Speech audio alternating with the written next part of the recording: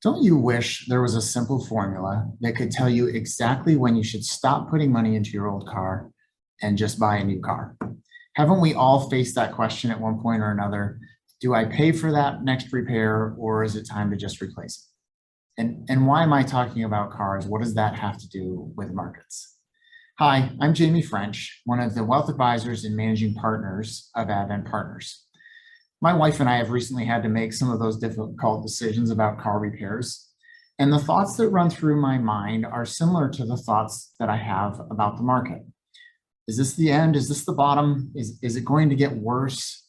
How long is this going to last? Am I just throwing good money after bad at this point? The truth is, just like with our cars, we really don't know how long this turbulence in the markets is going to last. But what do we know? Well, we know that corrections and bear markets and even recessions are expected when we choose to invest in the market. And we also know that statistically, the market has had more good years than bad. And in fact, investors have actually done quite well since the last extended recession of 2008, despite numerous economic challenges. Unfortunately, what we know about history doesn't make us feel any better in the moment when we're going through these turbulent markets. Thankfully, we have had a little bit of relief lately. As of last week, the S&P 500 had risen a little over 9% for the month of July, but was still down a little over 12% year to date. The bond market had a similar rally, up over 2% for the month of July, but it's still down about 8% year to date. And in a continued effort to stave off inflation, the Fed announced a 75 basis point rate hike, which was good news for conservative investors and for the market, which rallied after the afternoon announcement last Wednesday. In addition, corporate earnings season is a little over halfway done, and results, while they're showing slower than average growth, we're still showing resilient top-line growth in both sales and earnings.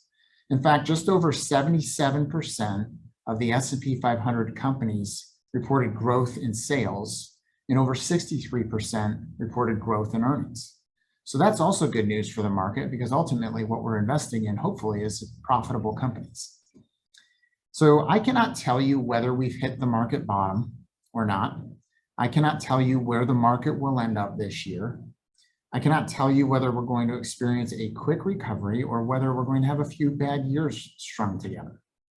What I can tell you is that there are some principles that apply to both car ownership and to the market. And I want to share a few of those with you now. First of all, do your research to find a good company and a good product. That applies to both cars and markets. And try to buy when there's a sale or a discount.